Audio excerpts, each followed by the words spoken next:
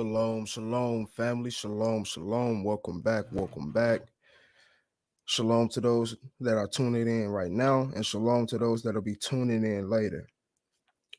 As you can tell by the title today, we'll be getting into the history of the Akan again. This will be part 2 in the series. If you've been following my channel over the few years or so, or months, or however it's been that you've been following my channel, you would be acquainted with the videos we've already done on the Akan, the first part, and even bringing out the history of them throughout the Akan movement from Canaan to Ghana series. So we're just going to continue to expound on the Akan and their Israelite history. We're going to get into them being within the kingdom of Ghana and just solidifying their traditions and history of being Israelites. So before we even get into the video, I'm going to play a brief video that kind of sums up what we'll be going over today. So give me 1 second while I pull this video up, and once we get done watching the video, we will get into the presentation. And shalom to everyone that's tuning in. And one remarkable story that the Most High God also gives the Ashantis is that any land that we set foot on, gold must come on that land, so that even if we have nothing to eat or to feed on, as a covenant between we and Yahweh, we know that He is with us. So other people started identifying peculiar and differences about the Ashantis as compared to other people, and we are having continuous attacks. There was an attack between us and the Amoravites. The Amoravites were the Arabs.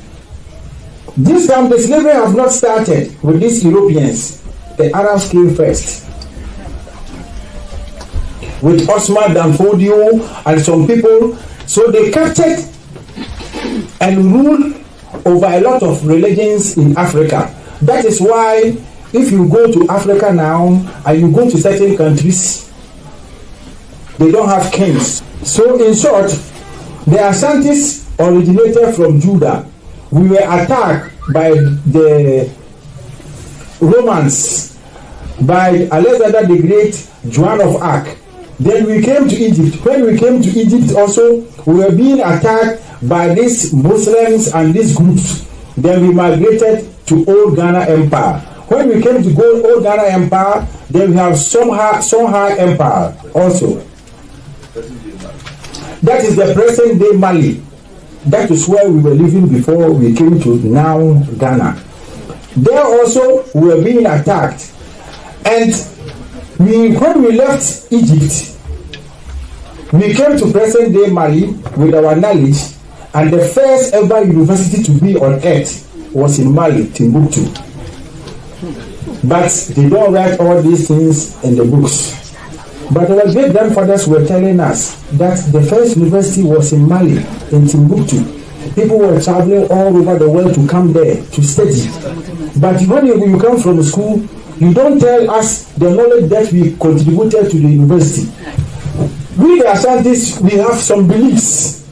After this, then I'll end up and the questions can come. We have beliefs. What we believe in is that when you have a child, a boy, you have to circumcise the child 7 days.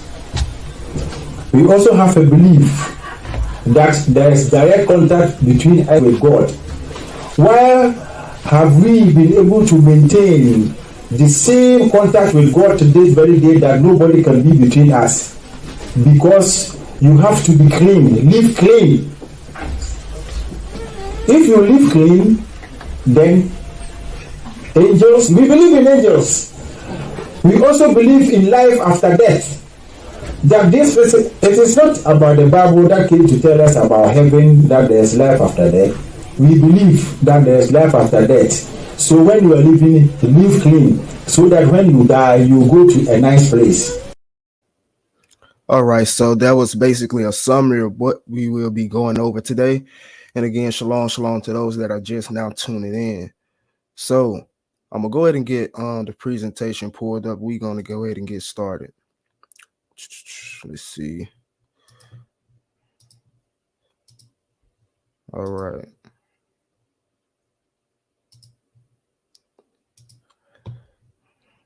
So we're going to get into the Israelite history of the Akan of Ghana. Make sure my screen is sharing real quick. All right, so we good. So we're going to start off with quick internet source, quick reference right here. And it's coming from encyclopedia.com. And it's mentions something about the Akan under the Akan religion section. It says that the Akan speak the Twi language and trace back their history to West Africa some 900 years. All right, and that's fairly recent. It goes on to say that they are believed to have origins in the Middle East, and we know that to be true based off their oral traditions and things of that sort. It goes on to say, as the Akkadian people of Babylon. The name Akan is believed to be a corruption of Akan or Akana.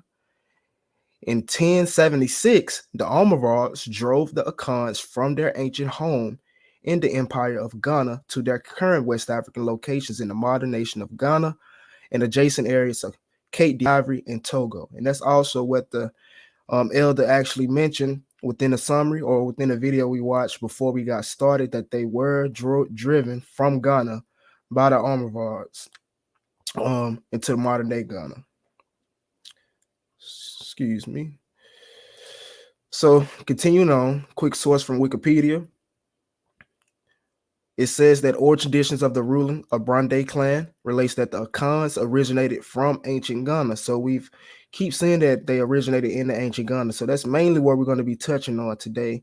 Them being within the localities or within the kingdom of Ghana. It says they migrated from the north. They went through Egypt and settled in Nubia around 500 AD due to the pressures exerted on Nubia by the Aksumite kingdom of Ethiopia. Nubia was shattered, and the Akan people moved westward and established small trading kingdoms.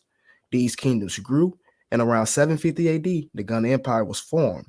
The empire lasted from 750 AD to 1200 AD and collapsed as a result of the introduction of Islam into Western Africa or the Western Sudan and the zeal of the Muslims to impose their religion. Their ancestors eventually left for Kong. All right, so again, we keep saying that they were in Ghana and they left during the Muslim invasions. So continuing to build on that thought, we're going to go to the theologian slave trader. All right. Source to the left. And we're going to start at the second paragraph.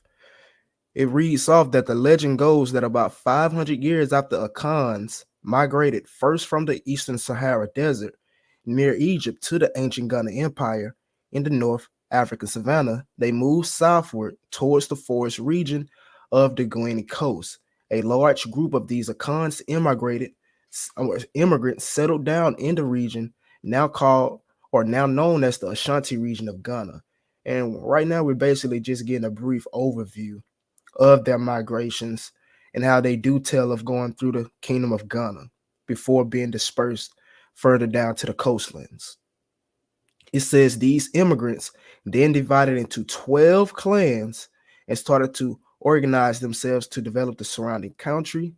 Apart from the occasional minor conflicts with with other neighboring kingdoms, they tried to busy themselves with building their settlements. The economy activities were varied. They hunted for both game and ivory. They cultivated the land for foodstuffs. They made their clothes for weaving and also from the bark of certain trees. And they made their sandals from wood. They washed gold for their ornaments. They worked all sorts of metal. They carved wood and made pottery. These goods were traded with the Arabs and Berbers from the Sahara Desert. And it's also important to note that the Akan would have been a part of those trade routes in Ghana prior to their migration. And it goes on to say that besides their economic activity, and as well as being great warriors, the clans set up their own constitutional law, moral code, and customs. All right, so continuing, we got that brief overview of their migrations, and we see that they indeed did go into Ghana. So let's touch on that a little bit because we haven't touched on the fact that they were in Ghana.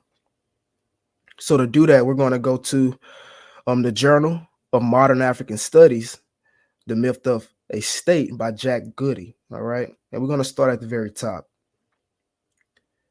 It says, one way of attaining the goal of real unity, which Balmer mentions, is to establish a common origin for various tribes of the Akan race. Balmer adopts the view that the Negro peoples entered Africa from the northeast, or even took their rise in the lands near near the River Nile. Gradually, they moved westward and southward, eating voluntarily in search of food or driven by the pressure of new hordes at their heels. The westerly or the westerner westernly the westernly movements split in the region of Lake Chad and diverged into the various parts of Western Africa, pressed on until they reached the shores of the Atlantic. As far as present-day Ghana is concerned, the first of these peoples to arrive were the ancestors of the Gwang speakers named Nwabi or Nwaba. And that's very interesting and true, in fact, because when we was reading the book, or when we went over the book, the movement of the Khan from Canaan to Ghana, they actually mentioned that these were the native people in the location when they arrived there, the Guang.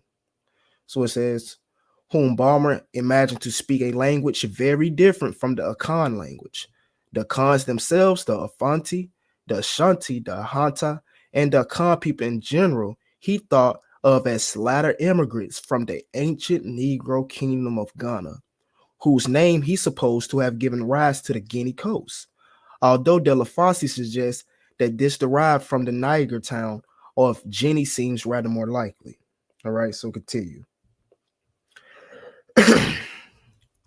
It says, one must conclude that Balmer's evidence for the association of the Akan people in ancient Ghana is hardly likely to convince a dispassionate observer.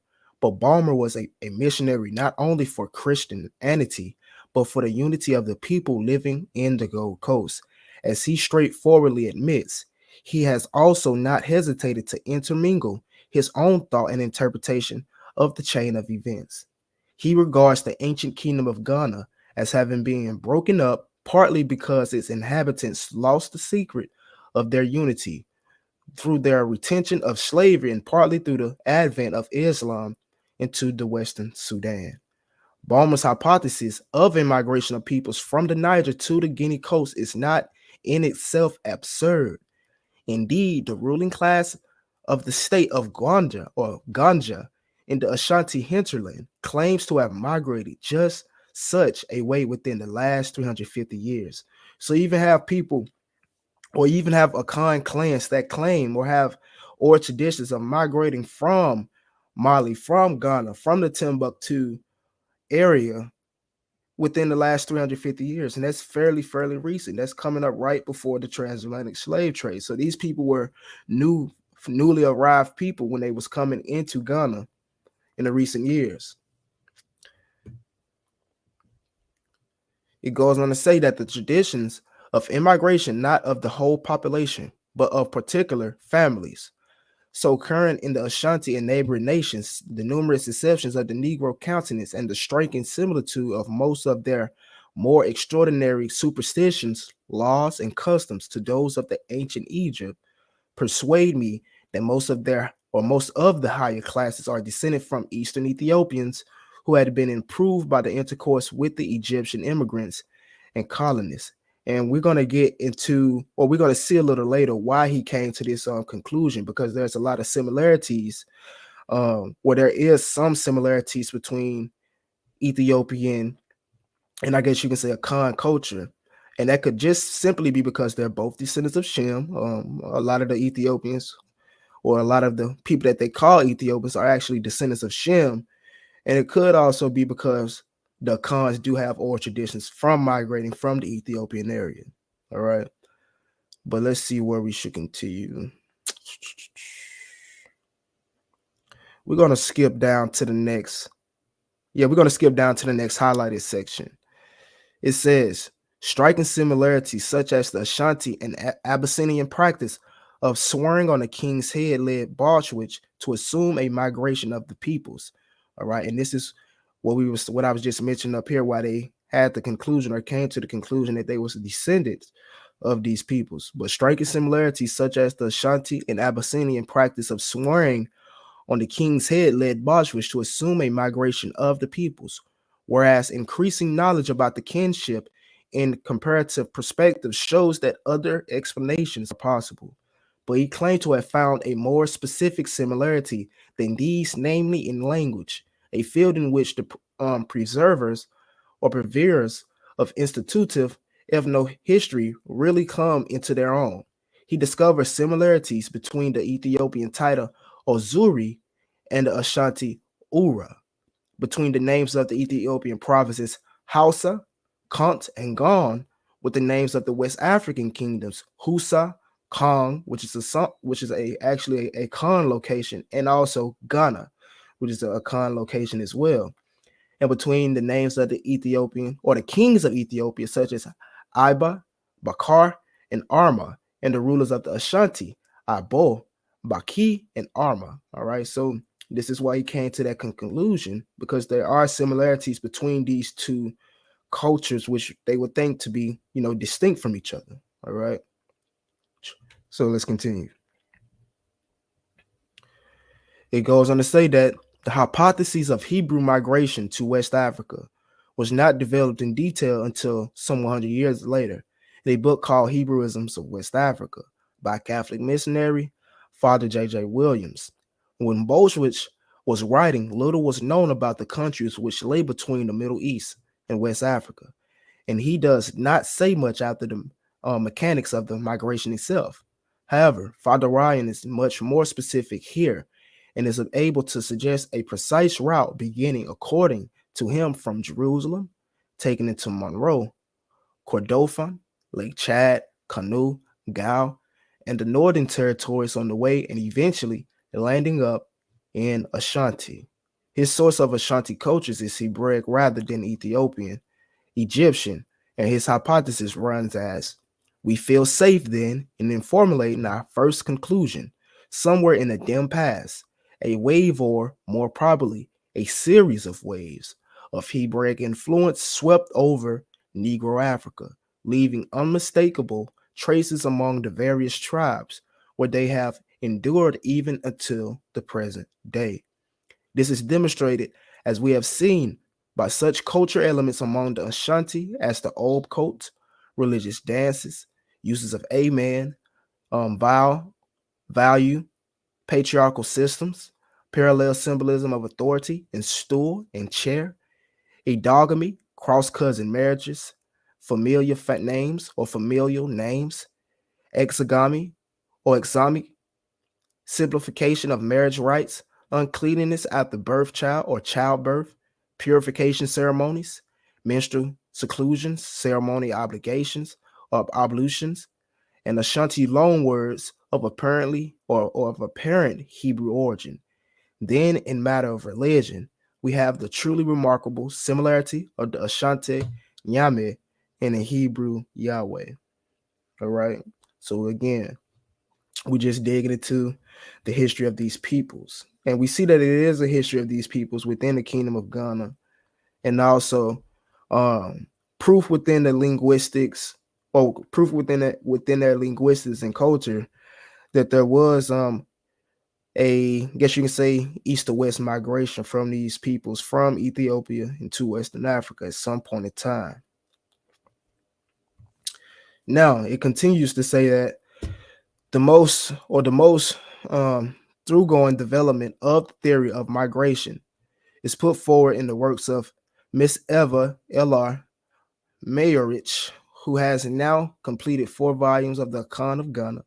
She declares Dr. Dankour to be the inspirer of her researches, and he on his part has applauded her discovery of the connections with the ancient Neolithic culture, which once flourished in the Mediterranean and the ancient East. Mrs. Miraroch attempts for the first time to analyze in detail the stories of migration, many of which she had collected. Her conclusion is that the Akan people came originally from the region between the Guinea and Timbuktu, and this is in the ancient kingdom of Ghana, and from some places further north in the Sahara Desert. One can safely deduce that the ancestors of the present Akan atrocracy were Saharan Libyan Berbers. All right. Now, if that's true, that means that the Akan ancestors would have been Afro-Asiatic speakers, because we know that the Libyan Berbers do speak a form of Afro-Asiatic.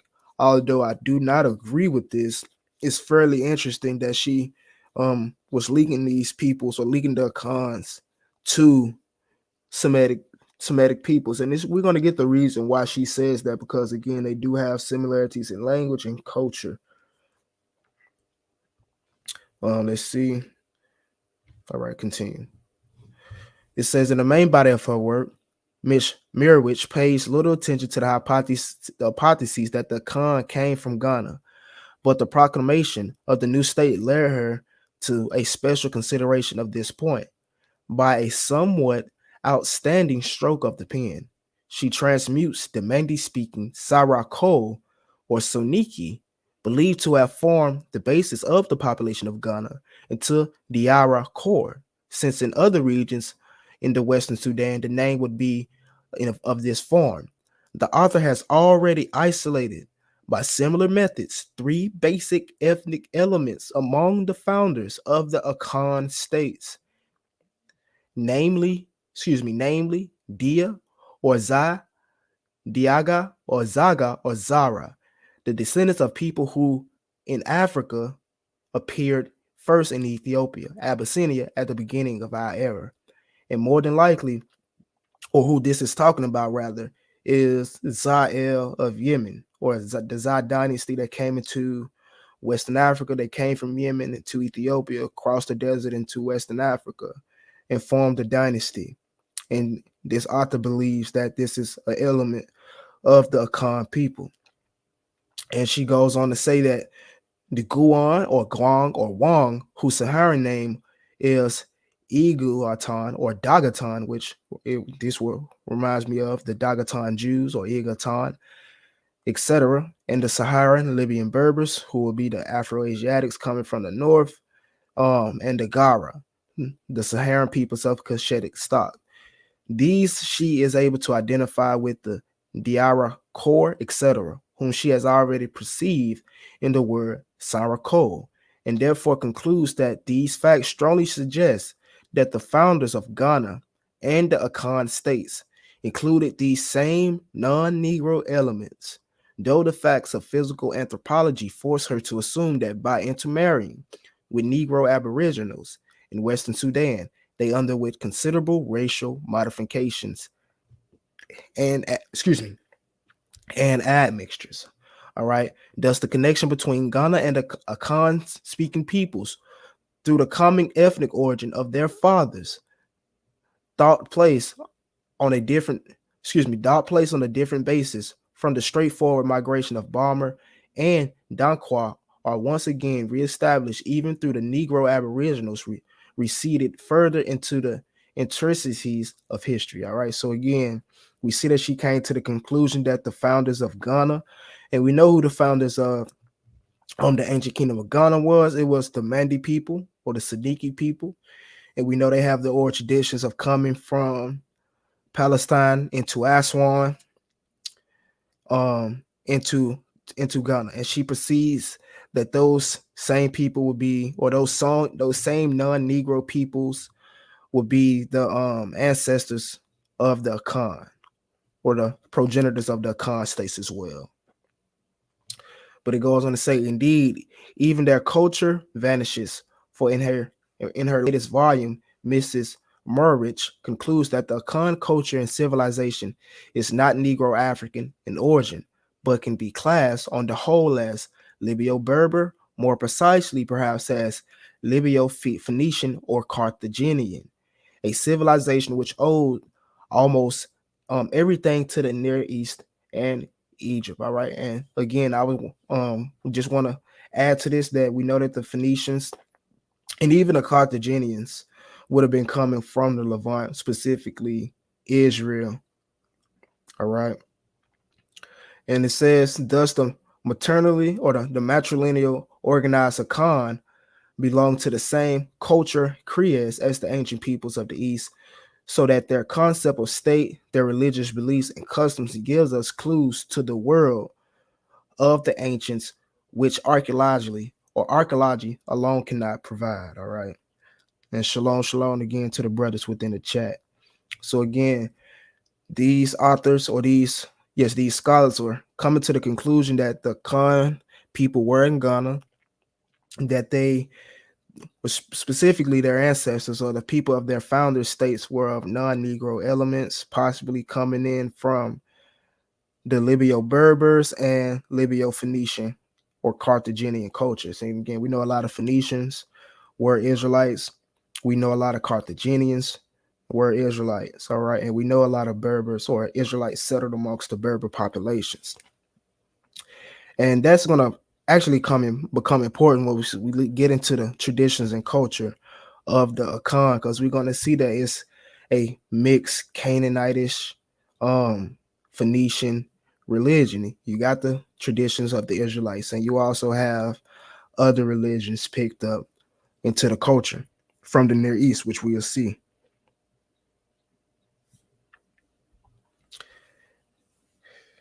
All right, so we're going to go to the African Fact Book real quick, busting the myths. And we just read in the previous source that there was a connection between the Akan and the Soninke. And we're just going to verify that real quick. They were saying that the Soninke, basically the Akan and the Soninke have the same ancestors, but we're going to read it from, let's see, we're going to start at. Let's just start at where the highlighted starts.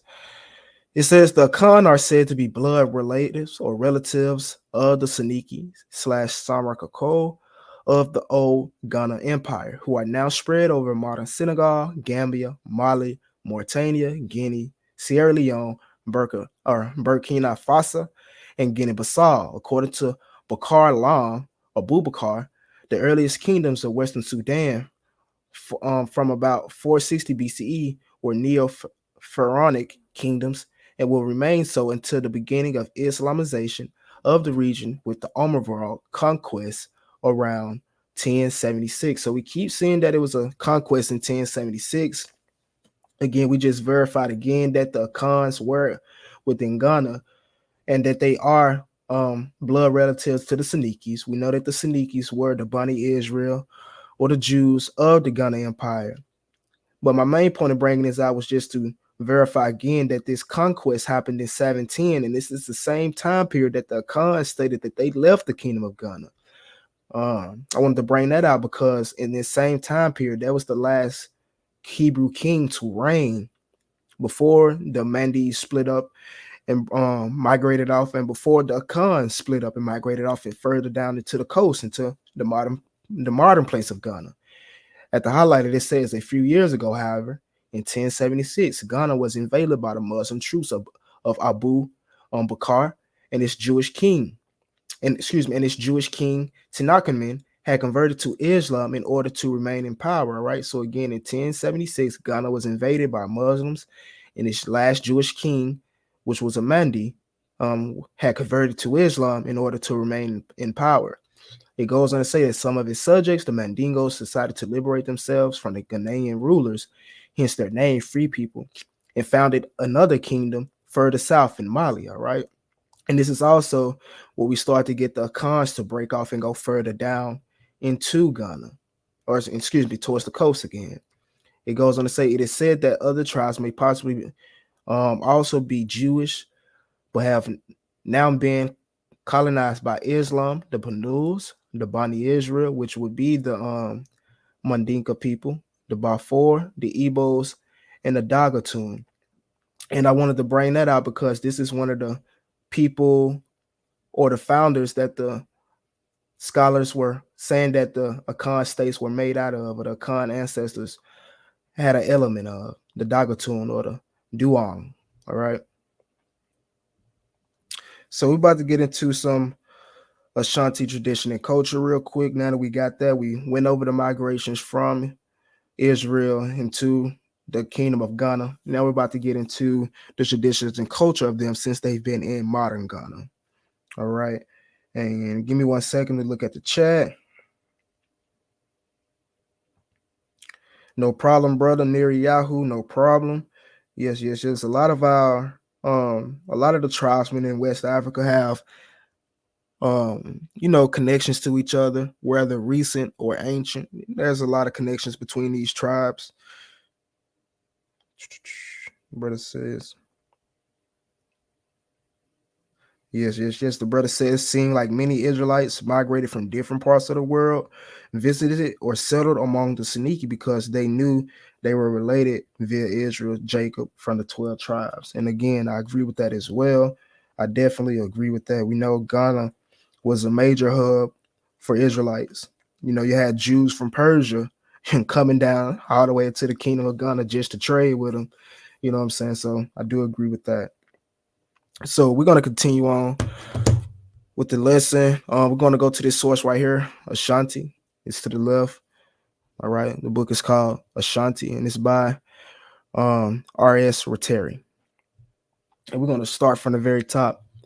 It says, I had some years ago taken a firm stand against a school of thought, the Ellis School, which denied that the conception of a supreme being in the West African mind and his place in their religion were due to any cause deeper or more remote than the influence of Christian missionary teachings.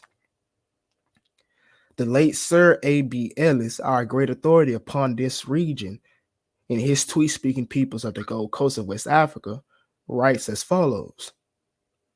Within the last 20 or 30 years, the German missionaries sent out from time to time by the mission societies of Basel and Bremen have made in Jacopone known to the European ethno-linguists and students of the science of religion, but being unaware of the real origin of this God, have generally written and spoken of him as a conception of the native mind, whereas he is really a God borrowed from Europeans, only thinking disguise.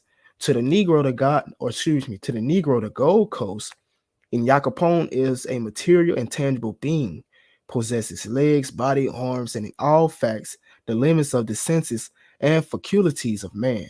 For this region, no sacrifice was offered to him. There was no priest for it in Jacopone, consequently, no form of worship for in Jacopone is established. Now he goes on to say this.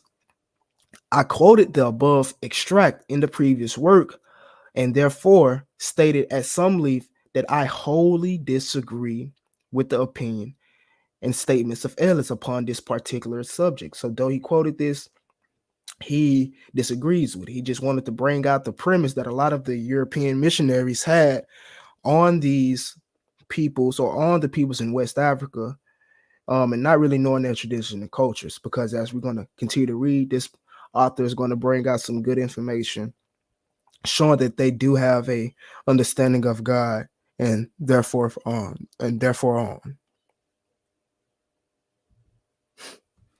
So before we move on, we need to go over this real quick. Different names for the Most High that the Akan have.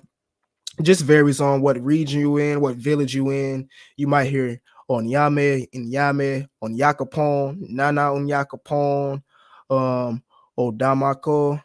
These different variations of his name. Just like if you was in the land of Israel, you might hear Adonai, you might hear Yahoo, you might hear Jehovah, you might hear El. You get what I'm saying? So you might hear these different variations for the Most High, but they all understand the central meaning of what this is. So again, these are the different variations for the Akan names of God, just in case we see these in the literature we read.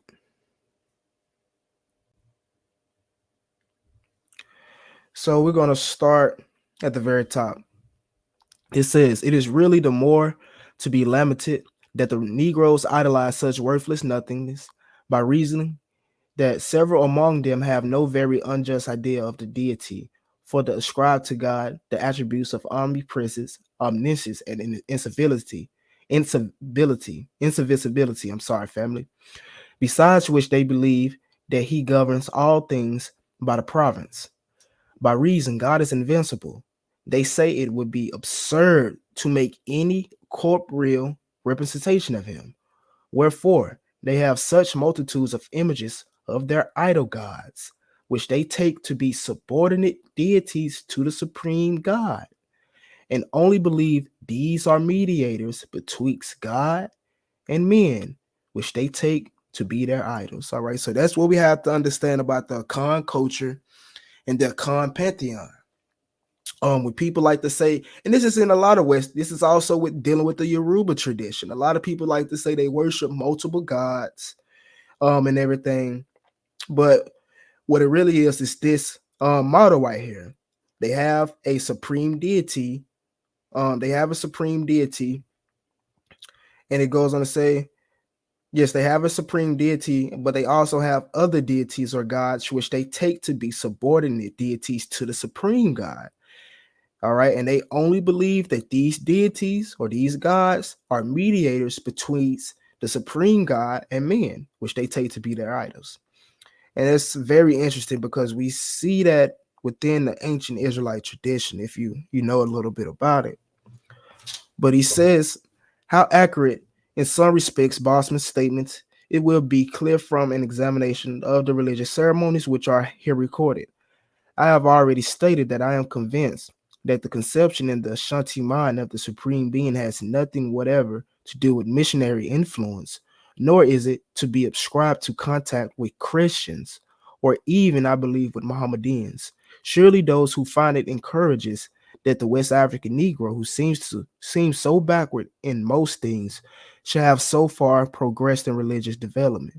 Forget that the magnificent concept of one supreme deity was not the prerogative of minds which we commonly consider the greatest of old, those of the Greeks and the Romans, but was a conception of primitive people who lived after the pyramids were built before the advent of Greece and Rome, the Bedouins of the desert. It says, I can see no reason, therefore, why the idea of a great God who is indifferent, upon whom ultimately all life depends, should not have been the concept of all people living under the conditions of the Ashanti of old. And I can see no just cause for attributing what we have come to regard as one of the noblest concepts of man's mind to dwellers in and builders of cities, and to writers and readers of parchment and books. In a sense thereof, it is true that the great supreme being, the concept of whom has in it in the minds of the Ashanti, is the Jehovah of the Israelites. So this is the concept that he came to. All right, that this is actually the Jehovah of the Israelites. It says, it has he who has, excuse me, it was he who of old left his own dwelling above the vaulted sky and entered the tents of dyed skins where was his earthly abode of his shrine. And when he came down to protect the children of Israel in their march to the promised land, again, there's nothing really encourages of or new in finding a belief in a supreme being side by side with multitudes of their idol gods. All right, let me read that again.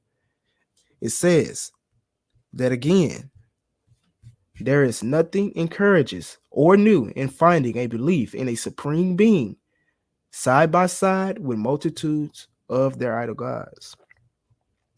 As I will be seen, or as will be seen presently, every Ashanti temple is a pantheon in which repose shrines of the gods. But the power of spirits that on occasions enters into these shrines is directly or indirectly derived from the one God of the sky, whose intermediaries they are. Hence, we have in Ashanti exactly that mixed religion which we find among the Israelites of old. All right, and that was my main point in bringing the previous sources out, was to show this. This is what we find amongst the Ashanti. All right, we find the exact mixed religion which we find amongst the Israelites of old. They worship Jehovah, but they worship the other gods as well, in his opinion. It was only later, after the region of Solomon, or the reign of Solomon, when the Jews became civilized people, a literary class arose, that Jehovah assumed a pure form and was recognized as the one and only God. The whole subject is one absurd interest, as the design of this volume is not, however, to dogmatize or theorize, but to merely to state facts. I must pass on to this, or on to these. From the very fact that Nyame, the sky god, is considered too remote to be concerned very directly in person with the affairs of man, and has delegated his powers to the lieutenants, the Abasam or the Abosom, or lesser gods, it would perhaps be natural to expect that his worship, sacrifice, priesthood, and temples should be lacking, which is the view taken by Ellis in the extracted just quote, or excuse me, by the Ellis in the extracted just quoted.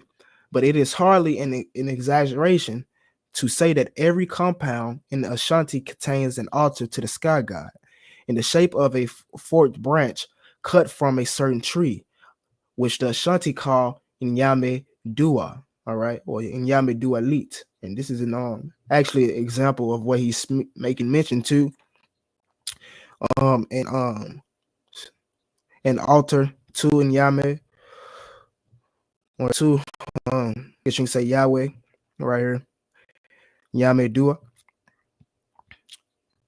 And it goes on to say, which can be translated as God's tree. So again, Yame Dua means God's tree. And it says, between the branches which are cut short is placed a basin or perhaps a pot. And in this receptacle is generally to be found, besides the offering, a Neolithic cell. These altars to the sky god, together with the figure of the man making the offering, are one of the constantly recurring designs of ancient Ashanti ways. Besides, these rude altars are to be found hidden away in the remote corners of the older palaces, beautifully designed temples to the sky god.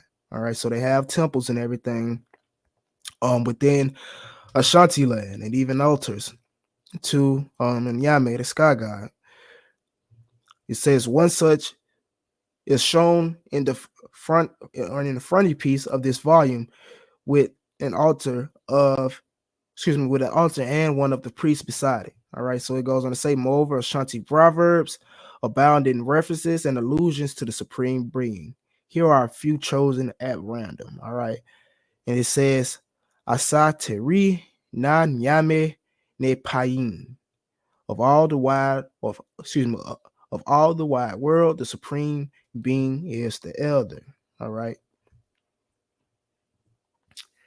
Now we're going to continue on, because now we're about to start to get into a little bit of that mixed religion we was making mention to, and it's also going to bring credence to what we read earlier when it was saying that the Akans basically have a mixed Phoenician, Carthaginian type religion. All right. So we're going to start right here where it says the Ashanti name for the earth is Ase Ya. All right. That is Old Mother Earth, sometimes qualified by the phrase Ase Bo Ni Nesi, the creator of the underworld. Ya is, of course, a female person name, which, when applied to women, testifies to their natal day being a Thursday. Thursday was the day set aside for the observance of the old earth, or the old Mother Earth. And even as the Ashanti farmer will not till or break the soil of this day, while only some 30 years ago infringement of this rule was punished by death. It has been noteworthy or noted elsewhere that an offering is sometimes thrown upon the ground to the earth spirit. All right, so we see that the Khan have a tradition of making offerings or giving offerings to a earth spirit or to another idol by the name of Asaya. And we're going to dig into that a little bit, because it actually has, Near Eastern connections and relations. And this is interesting because we see something mentioned like this in Jeremiah 7:18, where it says, the children gathered their wood, and the father kindled their fire, and the women eated their dough, to make cakes to the queen of heaven, and to pour out drink offerings to other gods, that they may provoke me to anger. All right, so it makes sense why earlier, right here, they basically said that the Ashanti religion is that exact religion of the mixed, or excuse me, it's the exact religion of the Israelites of old, being a mixed religion, worshiping Jehovah and also other gods. Again, just establishing some information on Aseyah. It says present day Ashanti beliefs in God center around Nyame, and Nyame was the first God or the supreme being, and it was he who created Ase, the earth. Ase or Asase is represented by the goddess Asase Ya, whom Nyame created their children. All right. So again, Asase Ya is the goddess of earth or the earth mother or the queen of heaven. All right. Quote unquote the counterpart of Nyame. And we see this same pantheon going on within Israelite tradition.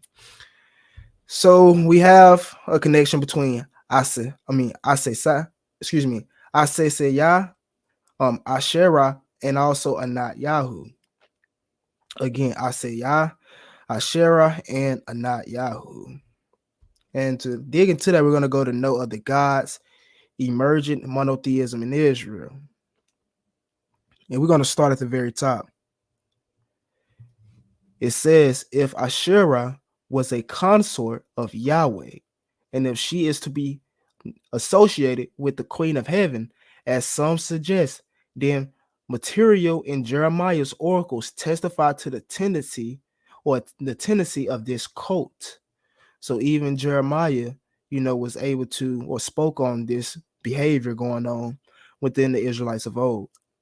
For Jeremiah encountered stiff resistance by devotees to this goddess, who believed that forsaking her worship brought woe upon Judah. All right, and then the Akan elder, and did not the Akan elder say that some of them do descend from Judah? It says the passage in Jeremiah 44:17-16 speaks for itself. Instead, we will do everything that we have vowed, make offerings to the Queen of Heaven, and pour out libations to her. Didn't we just read that the Akan did the same thing? All right. She even has the name Yah in her title. Again, let me read this over because we just read this within the Akan culture. And again, I'm not glorifying these traditions. I'm just showing that we can, still show these connections and still show who these people are, even with things they are supposed to be doing, because it has a source, and the source is in the Near East, and it was brought into Africa and west across the Sudan. And we even did the same thing with the Mandi people, with them, bringing the snake into Africa. It says, instead, we would do everything that we vowed, making offerings to the Queen of Heaven and pour our libations to her, just as we and our ancestors, our kings, and our officials used to do in the towns of Judah and in the streets of Jerusalem. They say we're going to continue to do this to the Queen of Heaven, just like our ancestors, just like our kings, and just like our officials in the streets of Jerusalem. That's what basically we see going on with the Akan. They still doing this because their ancestors was doing it. We used to have plenty of good and prosper and saw no misfortune. But from the time we stopped making offerings to the Queen of Heaven and pouring out libations to her, we have lacked everything and have perished by the sword and by the famine. And the women said, indeed, we will go on making offerings to the Queen of Heaven and pouring out libations to her. Do you think that we made cakes for her, marked her image, and poured out libations to her without our husbands being involved? This is testimonial of a late student veneration of a goddess by the Judeans. Clearly testimony that polytheism did not die easily among the Jews, even in exile and beyond. The veneration of a female deity endured.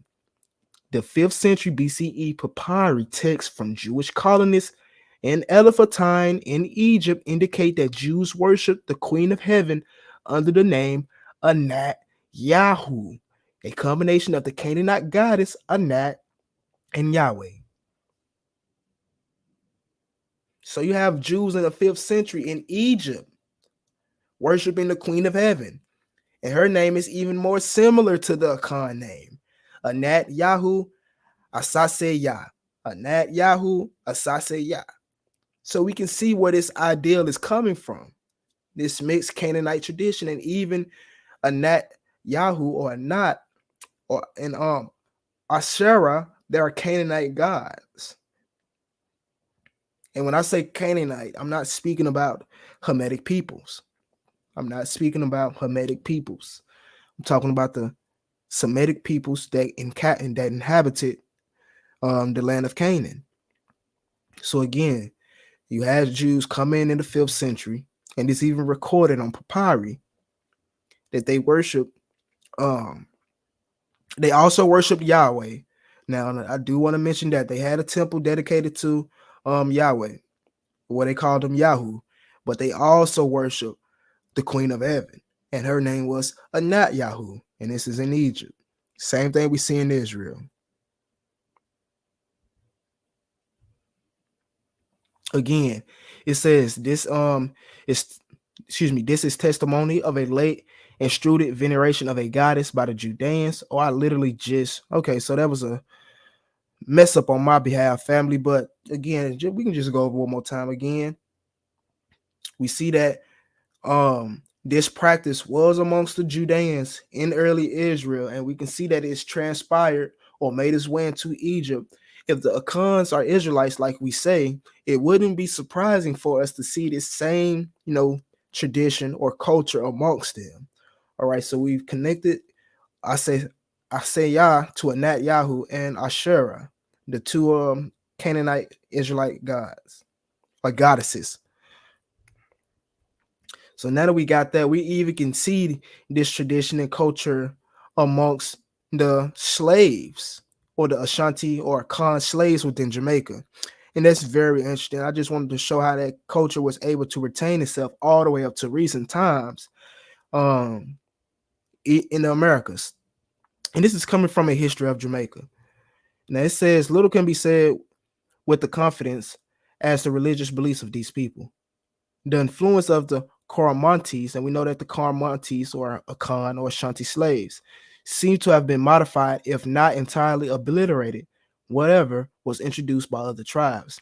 They recognized in a supreme being called Nyakapon. So they even brought Nyakapon or Nyame from West Africa to the Americas. And we know that we have identified Nyakapon with being the god of the Hebrews or being a derivative or the name that the Ashanti or the Akan Hebrews took on for him. All right. So again, they were able to bring the creator's name to the Americas. So again, they says that they recognize in a being called a Yakapon. And this is the French or the way that they decided to spell it. They don't know how to spell the name right. We just have to understand or be able to make out what they were trying to say. Called Ayakapon, the creator and the preserver of mankind. To him praises, but never sacrifices was offered. And this is going to Asasiya or Asasiya, which they called it, was another being to him, which was not a him, which is a her actually. They offered first fruits, and the festival of the New Year's was kept in her honor. It goes on to say, Epoa was a god of the sea. The devil was represented by Obuni, a malicious being.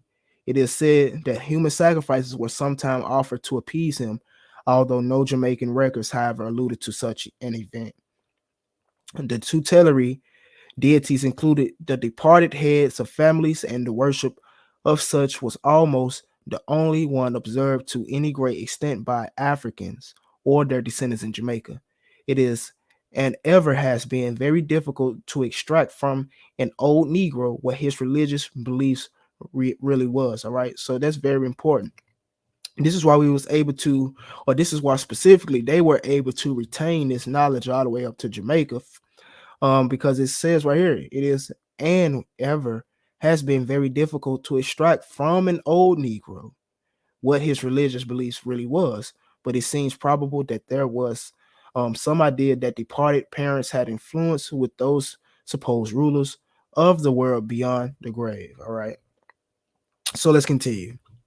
Let's continue to this left side where it says, not only were oaths administered in the horrid manner alluded in the in the account of the rebellions of 760 and 765, but sometimes the mixture of human blood and grave dirt and other abominations was administered to a woman whose fidelity was questioned. All right, and if you know about this, you already know where I'm going to and where this we see similarities to this in scripture. This is dealing with a quote unquote old woman, the same woman that Saul dealt with, or the same type of woman that Saul dealt with. And we're going to read that as we continue. And it says, and who was taking it was required to express a wish that her belly might not rot, and other evils come upon her if she had been or had not been faithful. And even that right there, Saul had told the lady that, your sins is on me. Don't worry, you good. You get what I'm saying? You're not going to get in trouble. We see this same thing going on right here with them being required to express a wish, making sure that her belly might not rot and that evils will not come upon her if this doesn't turn out to be faithful.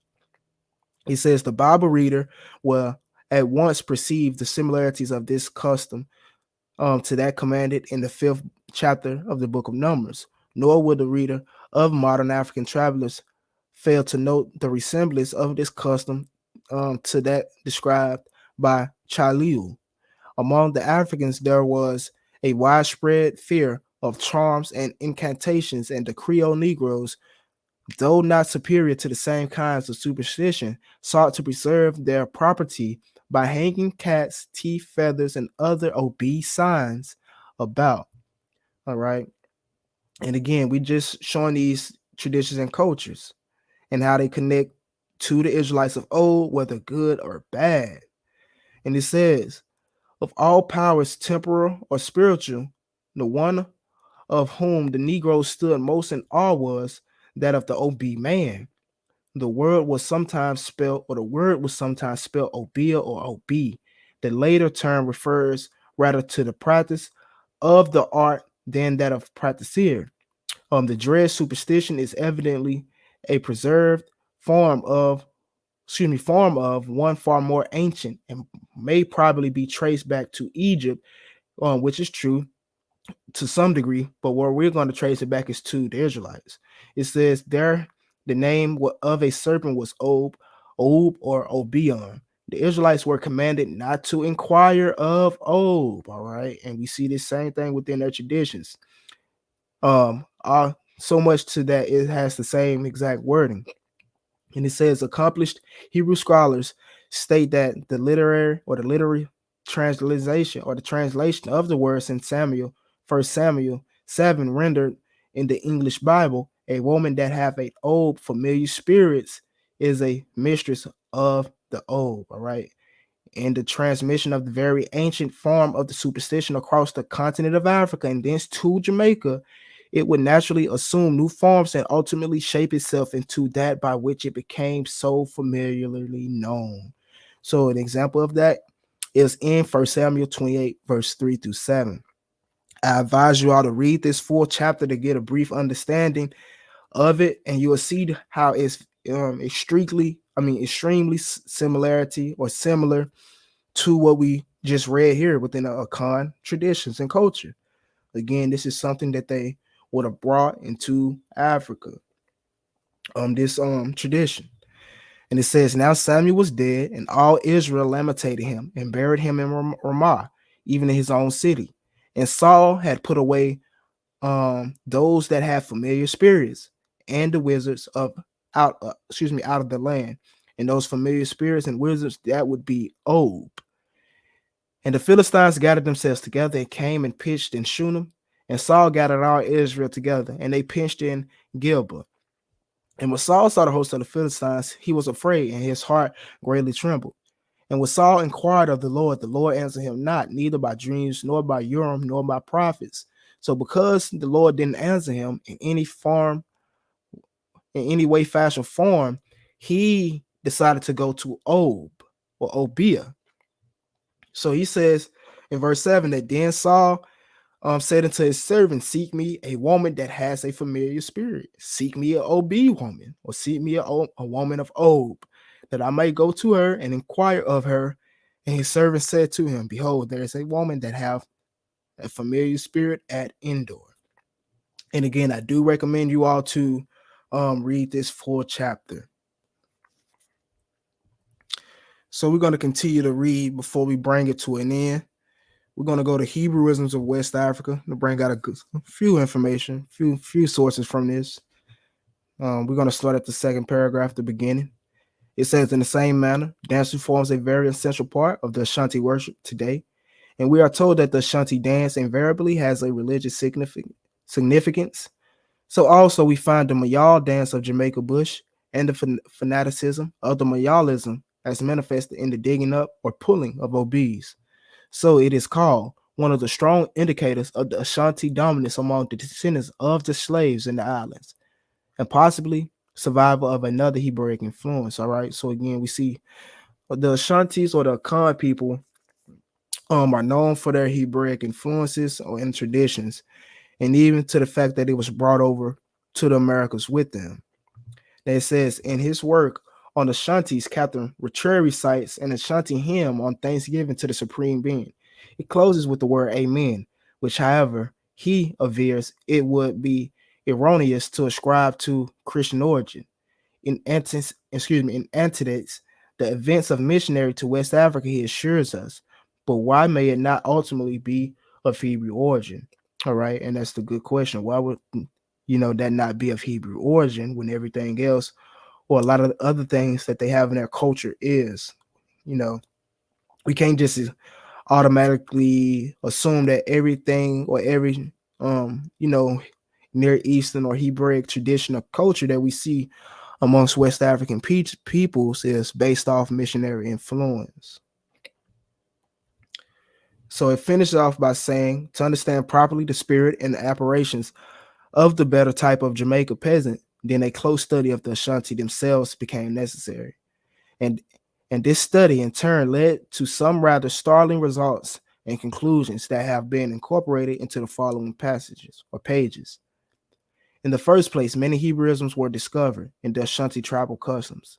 Then several Ashanti words were found to have striking resemblances to those equivalent of Hebrew meaning.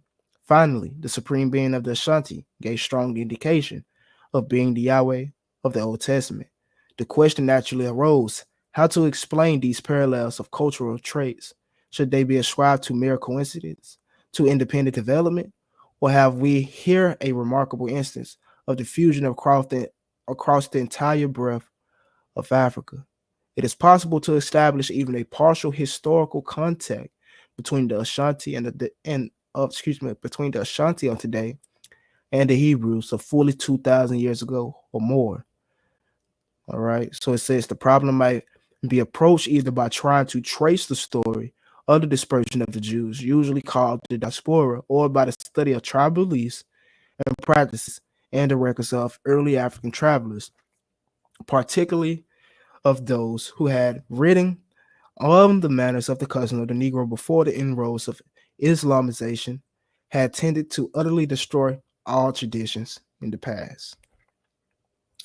So before we get out of here, we're going to read this last, I believe it's the last source. It's not, it's one more source after this, but we're going to read this journal right here, or this article, Rediscovering Judaism in Africa. It's about an African American that traveled back to Ghana, and when he did, he learned something that he didn't know at first.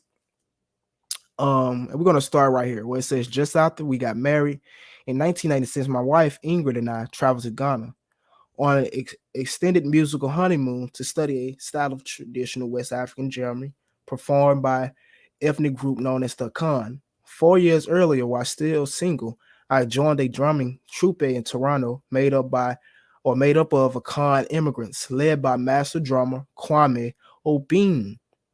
Before he returned to Ghana, Kwame invited me to train with him there, where he led a royal drumming assembly in the court of the Akan chief. A few years later, I met Ingrid, a professional percussionist who was as excited to go as I was. While we stayed in Ghana for 4 months, the honeymoon ended almost immediately. And not just because we both got sick, not just because we both got sick. The rhythms we were expected to play with the royal drummers at funerals and festivals for massive crowds of dancers and chiefs were fittishly difficult, and neither Ingrid nor I could figure them out at first, resulting in a lengthy series of bullshit performances and public humiliations. But if the drumming proved challenging, it was local religious practices that were the most difficult for us to endure. Little did I know that these rituals, some of them too bloody for us to watch, would have been or would have profound or would have a profound effect on me, bringing me back to Judaism I cast aside years before. So with him going back to Ghana amongst his people, amongst the Akan people, it actually led him back to Judaism. Let me read that again. Little did I know these rituals, some of them too bloody for us to watch, would have had a profound effect on me, bringing me back to Judaism that I cast aside years before. Let's see if I want to read this. It's not needed, not needed. So we're going to skip over that. We're going to go to this. It says, to us, the practices was profoundly disquieting. Ingrid loves animals. She rides horses, adopts cats, and feels a deep sense of companions for all living creatures. I, meanwhile, am profoundly squeamished. I can't even watch a medical drama on TV without burying my face in my hands, terrified that I might feel fake blood gushing from a fake wound. The manner of execution didn't make things any easier. The sheep typically had their throats split with an implement resembling a blunt letter opener, and it took an astoundingly long time for them to die. At one ceremony, the still breathing victim was held over a ritual bonfire. Its blood splattered and sizzled on the flaming logs below before it was finally dumped into a corner. All right, and we know what this is. Excuse me, and we know what this comes from, or we know what this tradition is similar to.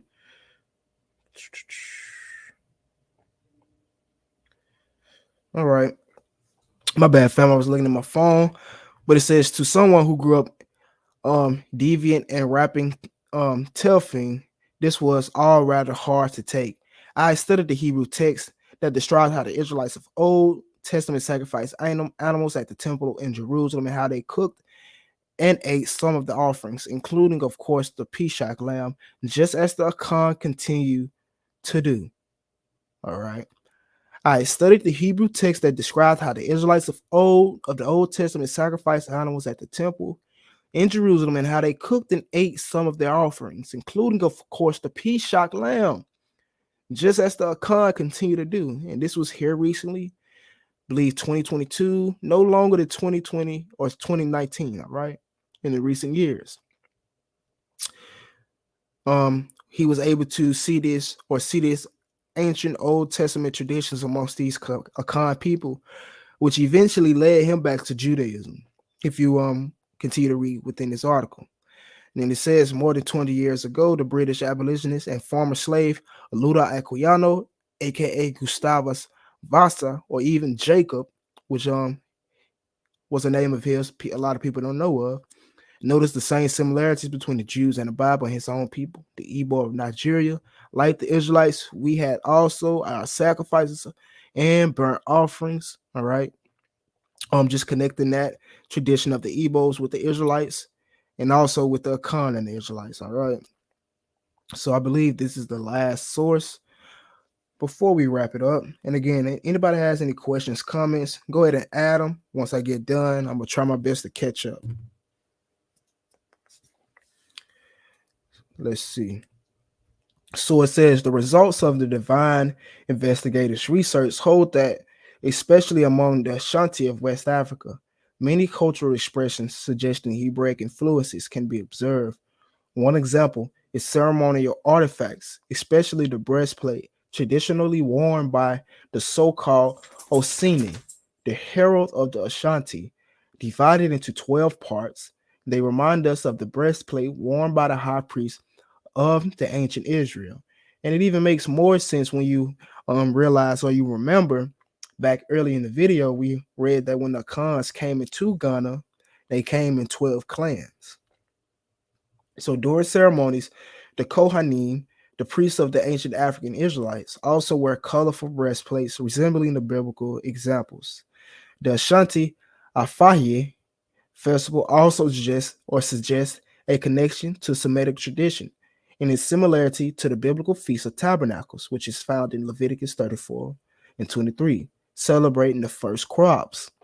Also, the accompanying rituals of the feast appears to be highly related to those described in the Bible. Horn blowing, drumming, dancing, and especially the smearing of blood on certain stools and doorposts are practiced in both festivals. The sprinkling of blood upon altars and other places is an Ashanti custom, which is not exclusively restricted to the Afaye festival, but also performed at other occasions. The custom is related to Exodus 12, where God orders the Israelites to place blood on their doorposts. Another part of the Afaye festival, which may be interpreted as a modified Hebrew tradition, is the sacred storehouse. The shrine of the ancestral spirits recalls the tabernacle mentioned in Leviticus 1 and 1. All right. So, in conclusion, we were able to show the migrations or the oral traditions of the Akan, stating that they came from the north, went through Egypt, Ethiopia, went west across the Sudan, into the kingdom of Ghana until the Muslim invasions. We showed the history of the Akan in the kingdom of Ghana, and how they had traditions, or basically said to have descended from Libyo-Phoenicians or Phoenician Carthaginians. And we later matched it up with the Canaanite tradition that they do have, with them being, or mixed Canaanite religion that they have, with them worshiping the Israelite God and also other Canaanite gods or lesser deities that they use as intermediaries in between the two. We made the connection between Asase Yah and Anat Yahu of Elephantine from the Jewish community. All right, and we also showed how those traditions and cultures made their way into the Americas by way of the Akan slaves. All right, so see if we have any questions in the chat.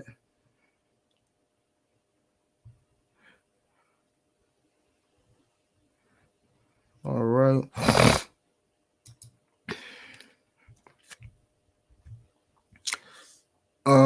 So the brother says, so since the Akan people across the cat groups of the Israelites from the Saharan Libyan Berber branch, I don't get what you're asking, brother.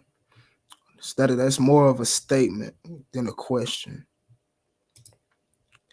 So besides the Akan Twi speaking peoples being Levites, the rest of Akan would be Northern Kingdom Israelites, specifically Gad, Asher, Dan, and Naphtali. No. If you want to know what specific tribes the Akan come from, I recommend you to go check out the Akan Movements from Canaan to Ghana series I did.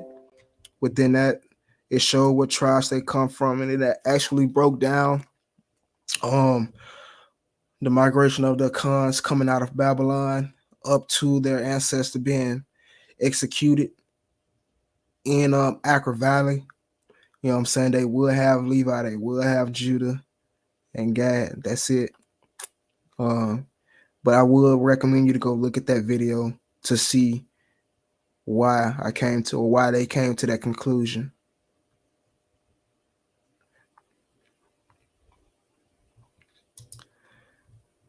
The brother says, I knew some of this history, but you are going deeper into this history than I ever have.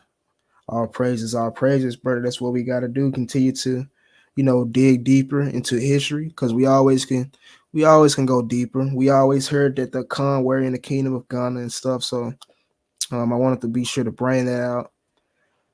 I also want to be sure to bring out, the history that they do have of, the Queen of Heaven and the Earth Goddess thing, because although That is something we were kicked out of the land for, although, that is paganism in the eyes of the Most High. That is something that we can use to trace our peoples. You know what I'm saying? If you think they got kicked out the land for, sacrificing to the Queen of Heaven, do you think once they was out of the land they automatically stopped? No, they would have continued to do it, or continue to proceed in their mixed religion. All right, and again, if you have any more questions or comments, go ahead and add them in the chat. If not, I'm gonna go ahead and get ready and wrap it up. All right. The brother says, when did the bulk of the Akan migrate deep into Africa, according to your research? According to my research, it has to be fairly recent. I don't believe they were there at the start of the Kingdom of Ghana. So, around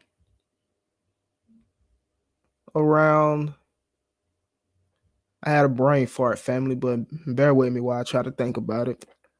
But I'll say around, I guess they would be there around the start of the Kingdom of Ghana if they were exiled at 1076. So I'll say they came into the Western Sahel, or the western part of Africa, around the 7th century AD. It's possible they could have been in Africa or in North Africa, since the North Africa and Ethiopia, since the Babylonian exiles, or even Northern Kingdom exiles during the Syrian period. But it seems that they didn't migrate directly, from Egypt into Ethiopia and Western Africa in a fast time period. Say like your Igbo people, because they've been, like your Igbo and your Yoruba people, they have the same migration route. They just migrated there quicker because they got there around, I guess you can say, between 7 and 500 BCE, opposed to the Khans migrating in. They could have stayed in Egypt for a longer time period. They could have stayed in Ethiopia for a longer time period, because again, they did leave Ethiopia when the Aksumite Empire fell. So they left Ethiopia at the fall of the Aksumite Empire just to go into Ghana and leave there at the fall of that empire. So again, we're talking about really, really recent times. So I hope that answers your question.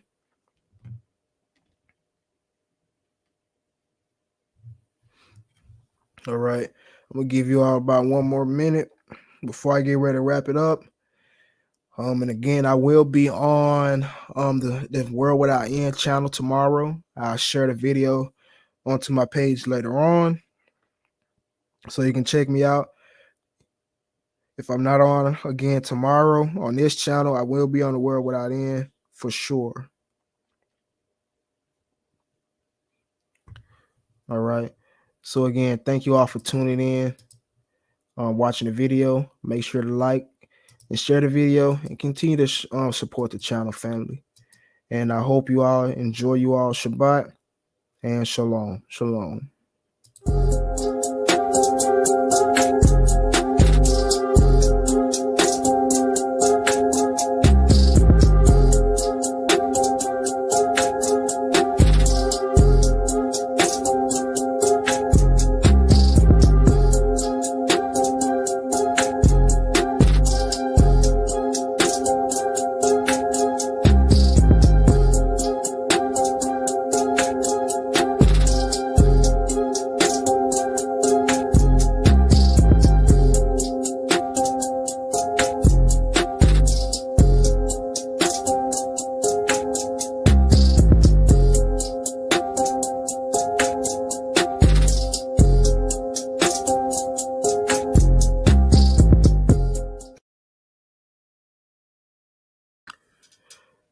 Before we get out of here, I just want to answer this brother's final question, because it is a good question.